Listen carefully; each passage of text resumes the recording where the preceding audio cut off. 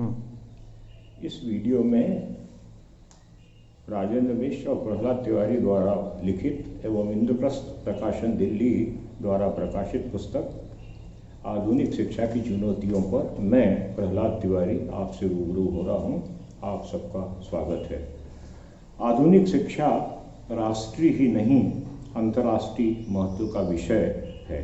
यही कारण है कि यूनिसेफ ने भी साक्षरता अभियान के संदर्भ में व्यापक पहल की है। आज विकासशील और विकसित देशों में साक्षरता के अनेक अभियान चल रहे हैं। स्त्री शिक्षा और प्रसार शिक्षा का महत्व बढ़ रहा है। गरीबी, कुपोषण, अपराध, पर्यावरण और चिकित्सा जैसे अनेक समस्याओं का समाधान शिक्षा के आधुनिकीकरण से ही संभव है। आज युवाओं में असंतोष है और हर जगह विश्व में आंदोलन और अराजकता का वातावरण है। आतंकवाद सबसे बड़ी चुनौती है। आधुनिक शिक्षा ही इसे समाप्त कर सकती है। आज शिक्षा विश्व का सरोकार है।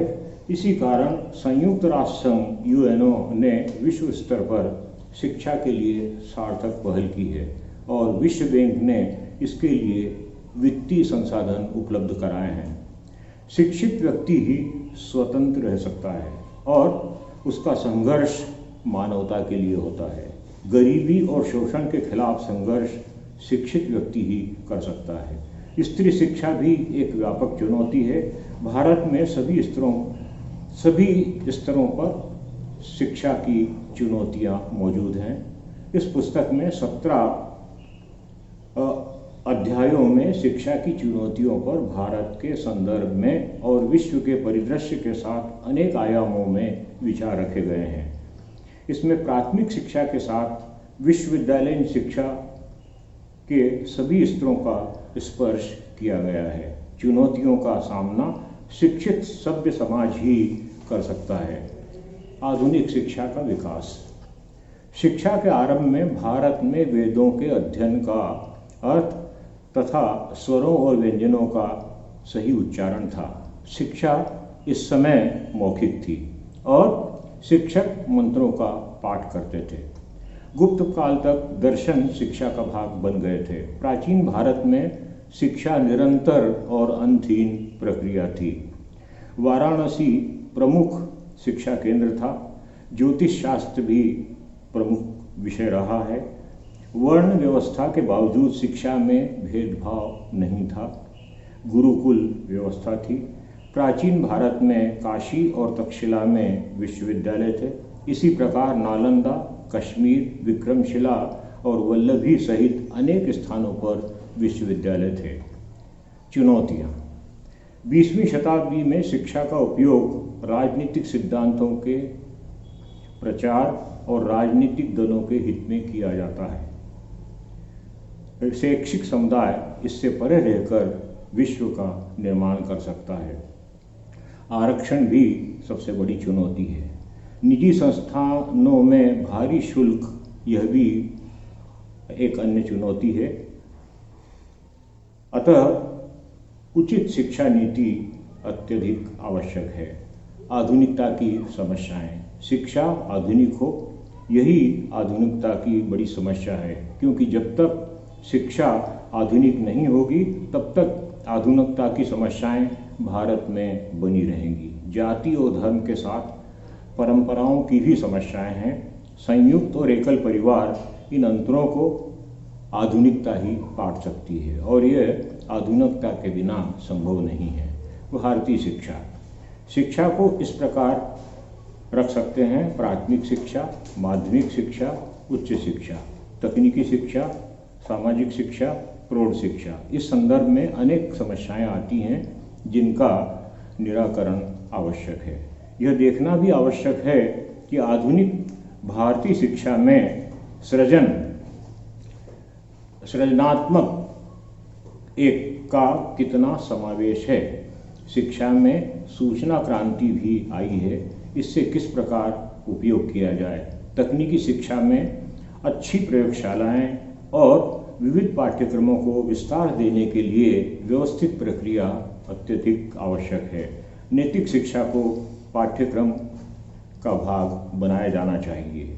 मानवीय की शिक्षा भी आवश्यक है। आधुनिक शिक्षा का समाजशास्त्र, इसमें स्त्री शिक्षा, ग्रामीण विकास कार्यक्रम, अनुसूचित और जनजाति के लिए शिक्षा, आरक्षण, शिक्षक प्रशिक्षण का समावेश है। शिक्षक प्रशिक्षण शिक्षा पद्धति पर आधारित न होकर उन्हें स्वायत्तता दी जानी चाहिए। शिक्षकों को अन्य लिपिकी कार्यों से मुक्त रखा जाना चाहिए। उच्च शिक्षा, प्रौढ़ शिक्षा, शारीरिक शिक्षा, प्रसार शिक्षा, स्त्री शिक्षा, विश्वविद्यालयों को डॉक्टर राधाकृष्ण के अनुसार सूचना की दुकान नहीं बनना चाहिए। समय समय पर विभिन्न आयोग इस संबंध में गठित किए गए। छात्रों की उपस्थिति भी सबसे बड़ी चुनौती है। प्रौढ़ शिक्षा के अंतर्गत रात्रि स्कूल की स्थापना की जानी चाहिए, क्योंकि साक्षरता ही व्यक्तित्व विकास के लिए आवश्यक है। शारीरिक शिक्षा को सामान्य शिक्षा का भाग माना गया है। इसे अनिवार्य रूप से प्रयुक्त किया जाना चाहिए। इसमें खेलकूद को उनकी गतिविधियों का समावेश होना चाहिए। प्रसार शिक्षा वस्तुतः स्कूल के बाहर शिक्षा की एक प्रणाली है। इसमें प्रशिक्षण की अनेक विधियों का समावेश है। स्त्री शिक्षा के अंतर्गत सांस्कृतिक मापदंडों में विवाह के प्रति दृष्टिकोण और विवाह की आयु जैसी समस्याएं भी आती हैं।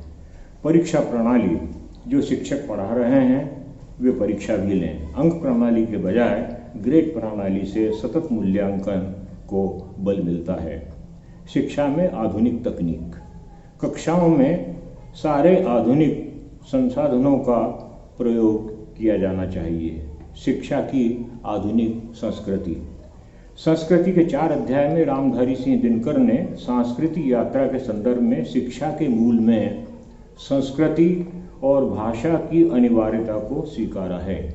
विवेकानंद ने शिकागो सम्मेलन में भारतीय संस्कृति के विषय में संस्कृति को स्थापित किया और भारतीयों को पराधीनता की भावना से बाहर निकालने में उनका योगदान रहा है।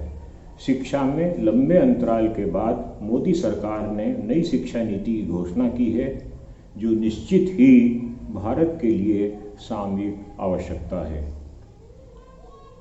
यह वीडियो यहाँ समाप्त हुआ। अगले वीडियो में मैं आपसे बालिका शिक्षा पर आपसे रूबरू होऊंगा।